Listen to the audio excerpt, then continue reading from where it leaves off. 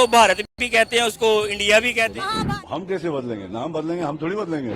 भारत या इंडिया, क्या हमारे देश का नाम बदला जा रहा है? Name change for the nation known as India, that is Bharat, according to the Indian Constitution. Of changing name. So he has gone on to claim that the Bharatiya Janata Party is infamous for.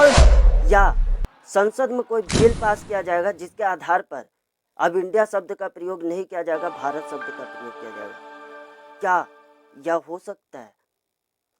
आखिर क्यों G20 सम्मेलन के आमंत्रण पत्रों पर इस बार भारत के राष्ट्रपति शब्द का प्रयोग किया गया, जबकि भारत सरकार द्वारा कोई भी आमंत्रण पर जारी किया जाता है या नोटिस जारी किया जाता है तो उस पर प्रेसिडेंट ऑफ इंडिया लिखा जाता था, ना कि भारत के राष्ट्रपति। तो इस बार भारत शब्द का प्रयोग क्यों? इस बार भारत शब्द को इतना महत्व क्यों दिया गया? Bharat. It usually says President of the Republic of India, but this time it says Bharat. इस बात को जानने से पहले हम यह बात जानते हैं कि भारत और इंडिया शब्द का इतिहास क्या है। इंडिया शब्द इंडस शब्द से निकला है, जिसका संस्कृत में मतलब होता है सिंधु। हमारे देश के उत्तर पश्चिम भाग में बहने वाली एक नदी का नाम सिंधु नदी है। जब 2500 ईसा पूर्व पहले हमारे देश में यूनानी और ईरानी लोग आए थे, तो सिंधु नदी के उस पार रहने वाले लोगों को हिंदोस तथा इंडोस कहकर पुकारा तथा उस भूभाग को इंडिया कहा। औपनिवेशिक काल में इंडिया शब्द का बहुत ज़्यादा उपयोग होने लगा, इसलिए इस देश का नाम इंडिया पड़ गया। क्या इसी औपनिवेशिकतावाद को खत्म करने के लिए इंडिया शब्द को धूमिल किया जा रहा है और भारत शब्द को उठाया जा रहा है? क्योंकि भारत शब्द की जड़ें बहुत ऐतिहासिक, पौराणिक और सांस्कृतिक है। भारत शब्द को हम महाभारत जैसे महाकाव्यों में तथा हमारी पौराणिक साहित्यों में देख सकते हैं। भारत शब्द का उल्लेख विष्णु पुराण में मिलता है, जिसमें कहा गया है कि उत्तर के हिमालय से लेकर दक्षिण के समुद्री के बीच के भाग को भारत बोला जाता है, भारत कहा जाता है। और भारत शब्द का इतिहास भरत नाम के एक प्रसिद्ध राजा के साथ भी जुड़ा हुआ है, क्योंकि भारत को भरत खंड उन्हीं के नाम के आधार पर बोला जाता है। अशोक के बहुत सारे अभिलेख में भारत शब्द का प्रयोग किया गया है और भरत शब्द का भी।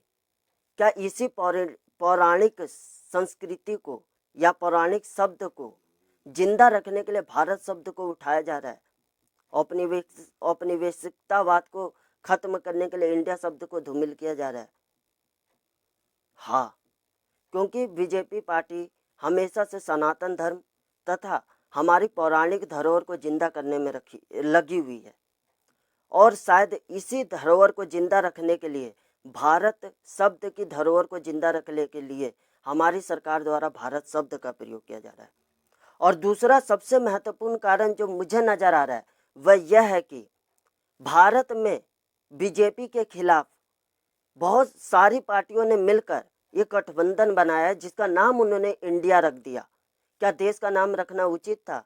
नहीं, क्योंकि उन्होंने अपने गठबंधन का नाम इंडिया रख दिया तो भारतीय सरकार अपने देश पूरे भारतवर्ष को प्रस्तुत करने के लिए क्या इंडिया शब्द का प्रयोग करती? तो आंसर है नहीं। एक गठबंधन को, नाम को क्या हम पूरा भारत का नाम दे सकते? नहीं। उन्होंने अपने गठबंधन का नाम उचित तरीके से अनुचित प्रयोग किया।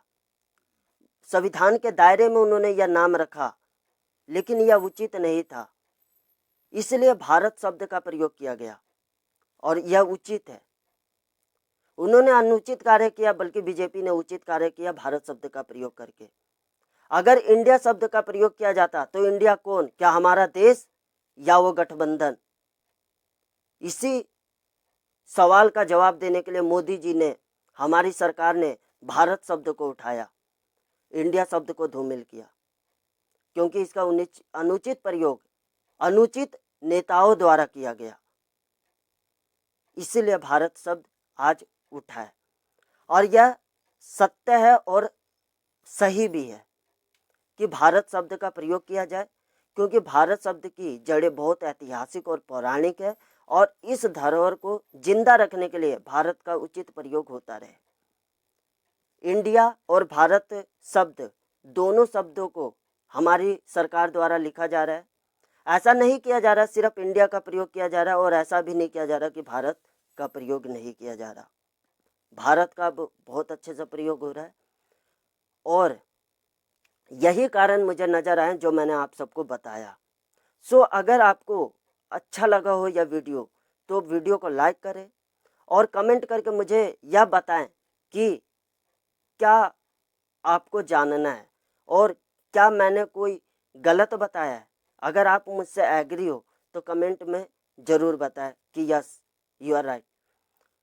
और अगर आपको यह वीडियो इन्फॉर्मेटिव लगी हो और अगर आप जानकारी इकट्ठी करने के लिए यह वीडियो सहयोग किया हो और मेरा चैनल देख लो, अगर मैं नॉलेज वाली वीडियो और इन्फॉर्मेटिव वीडियो बना रहा हूँ और वह आपके काम आ रहा है तो इस चैनल को सब्सक्राइब भी करें। So thank you friend.